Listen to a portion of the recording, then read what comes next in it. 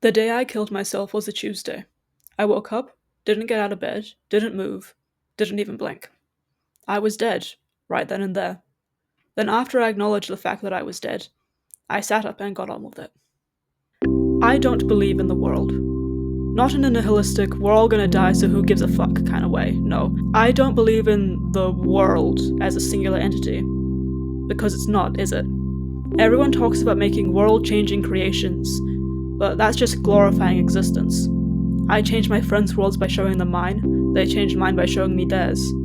That's what art is about. Art exists in the world, so the world must exist in it. The world is not a singular thing. It is made of the links and the overlaps between every individual's world. You don't have to figure out how to change the world when you're making art. You have to figure out how to share your world with other people's. It's tricky, right?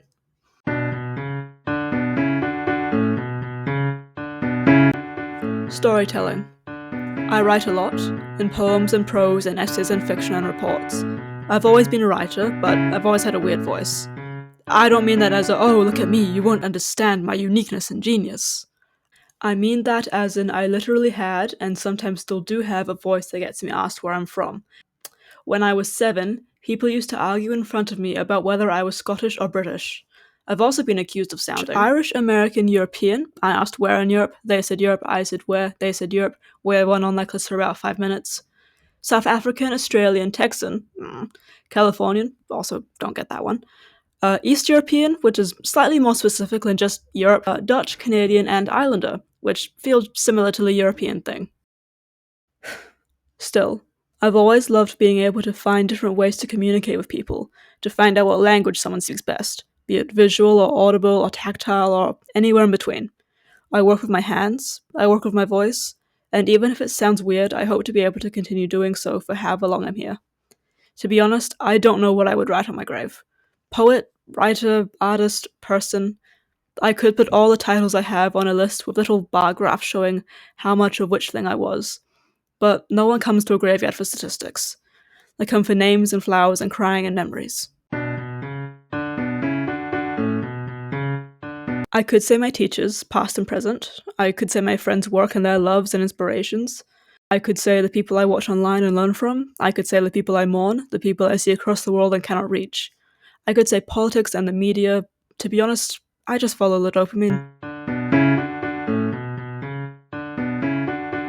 Art exists in the world, so the world must exist in it. That's what I was told after I made a film that didn't let the world exist in it. Just my world, my heart. Art exists in the world, so the world must exist in it. Making art where only I exist in it, and not even my whole self. What I made back then wasn't art, it was me screaming the pain out.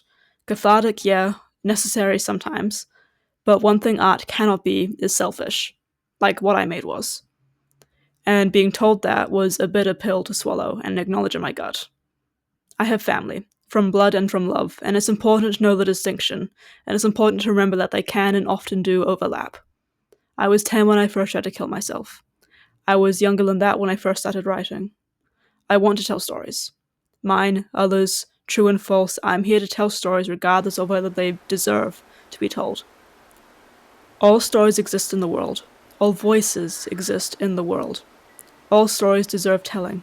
All stories are a kind of art, the oldest we have, from cave paintings of handprints saying we were here, to graffiti names and tags in Vivid saying we are here.